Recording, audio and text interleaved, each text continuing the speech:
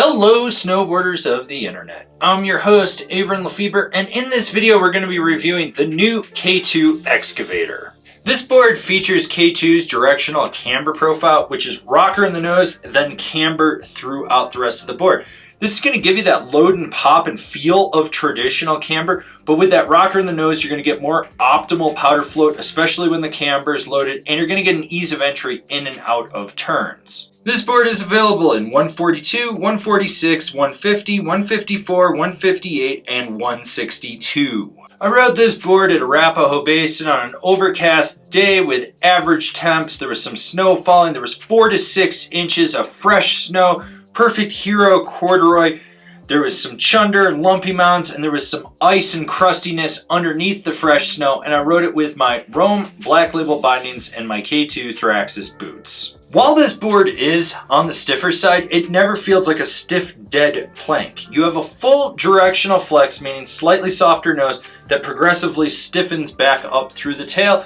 There's a moderate amount of torsional flex, but nothing crazy and overwhelming. When it comes to the stability of this board, it is super smooth and stable. What little chatter you do get in the nose is pretty much deadened before you even feel it under the front foot. And when you're in really rutted out terrain, the only time you feel it underfoot is if you take a hard body jarring hit.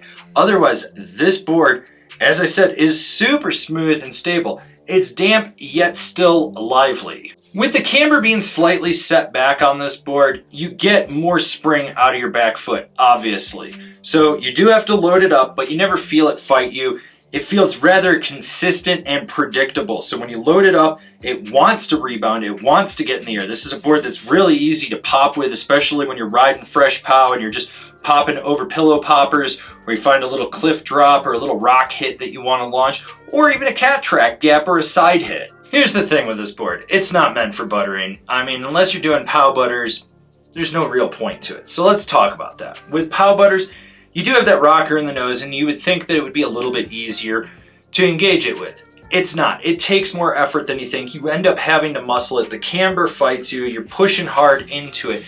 And the tail, that's even more domineering. You're basically sitting outside your binding on this board, pushing into it. My suggestion, go fast, don't skip leg day, and be prepared to work for it.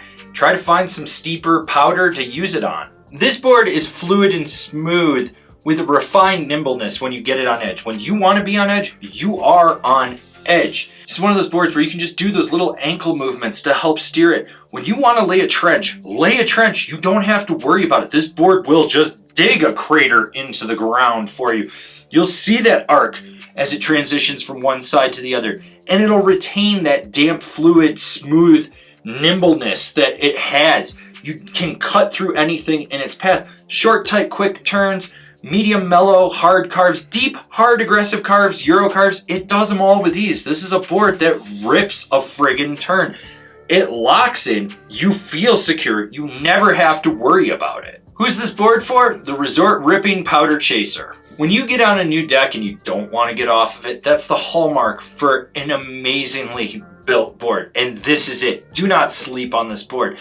The culmination of the flex points, the camber, the side cut, the shape, it all works in conjunction for how this board should be.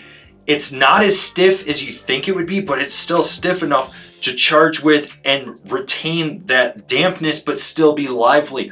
Overall, this is a great board for just ripping the resort and chasing powder. Like I said, do not sleep on this board. It is that good. Comparable boards, the Amplid Morning Glory, the Rome Ravine Select, the Niche Maelstrom. Binding recommendations, the K2 Lean AT, the Rome Katana, the Nitro Phantom.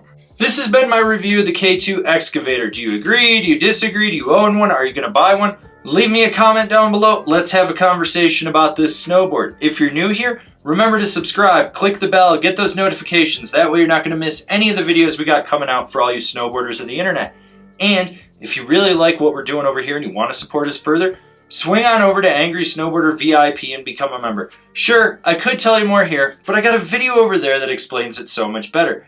As always, I've been your host, Avran LeFeber, and I'll see you in another video.